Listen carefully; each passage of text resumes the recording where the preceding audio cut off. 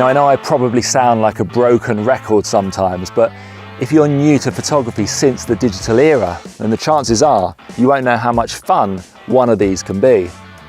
If, like me, you started out shooting photos on film, then you probably used a 35mm film camera like this one here.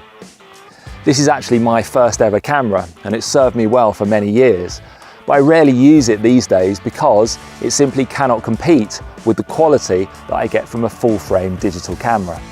So what's the point in using film anymore, I hear you ask?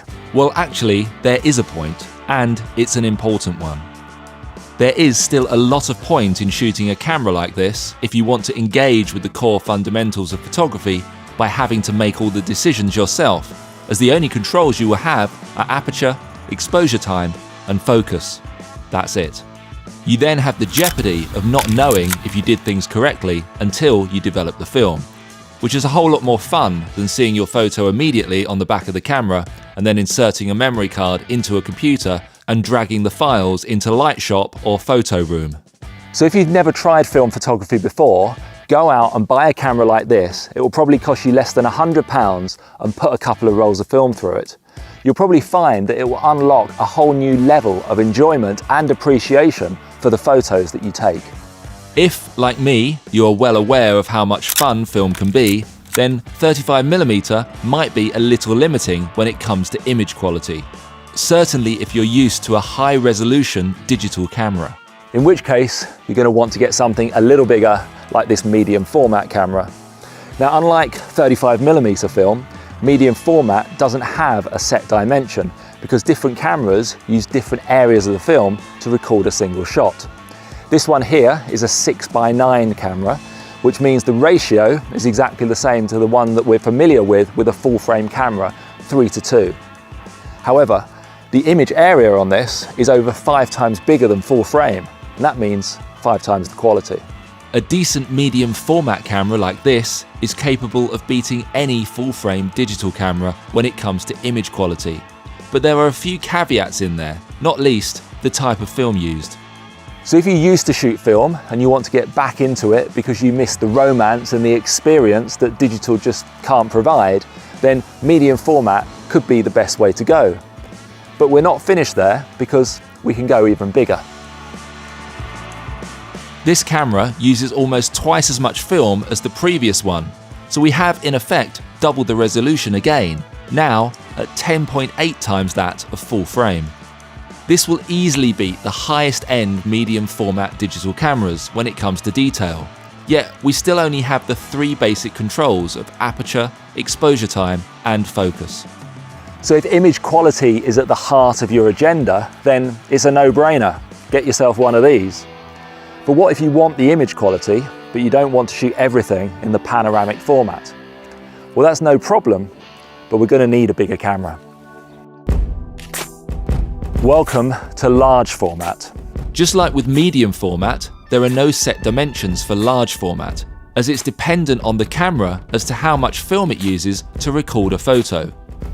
Unlike 35mm and medium format, large format film only comes in sheets rather than rolls. But this opens up a whole new world of possibilities, such as being able to shoot each scene at a different ISO setting, or changing film from black and white to colour between each shot. Whereas medium format film ratios are measured in centimetres, large format is measured in inches.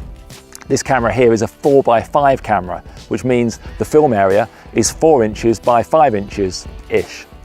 Now, the film area of this camera isn't that dissimilar to the panoramic medium format camera that we were just looking at, but we're now at 13 times the size of full frame. So hopefully you can start to see all the options you have in the world of film. A camera like this is easily capable of beating any digital camera on the market when it comes to recording detail.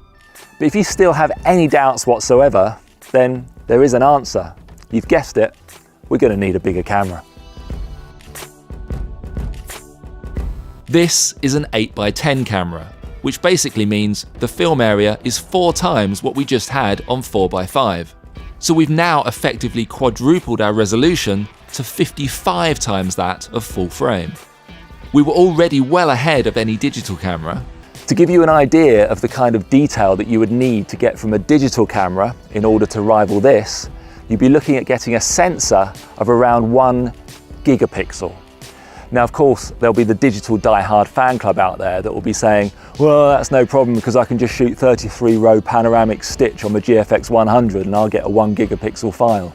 Well, yes, that's true. But then I could say, well, I'll just shoot 10 images on this and stitch them all together, etc., etc. It just all gets a bit boring. But if you really want to settle the argument, then there's a simple solution. We'll just go bigger.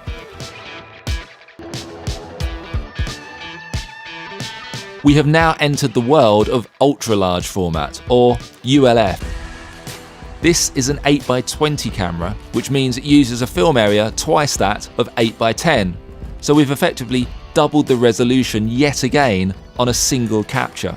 None of that merging frame nonsense. Here, we just need one click to record one moment in time. This is a negative which was produced by this camera. To give you some comparison, this is the area of a full frame camera or 35mm film. You could fit 110 of these into one 8x20 negative.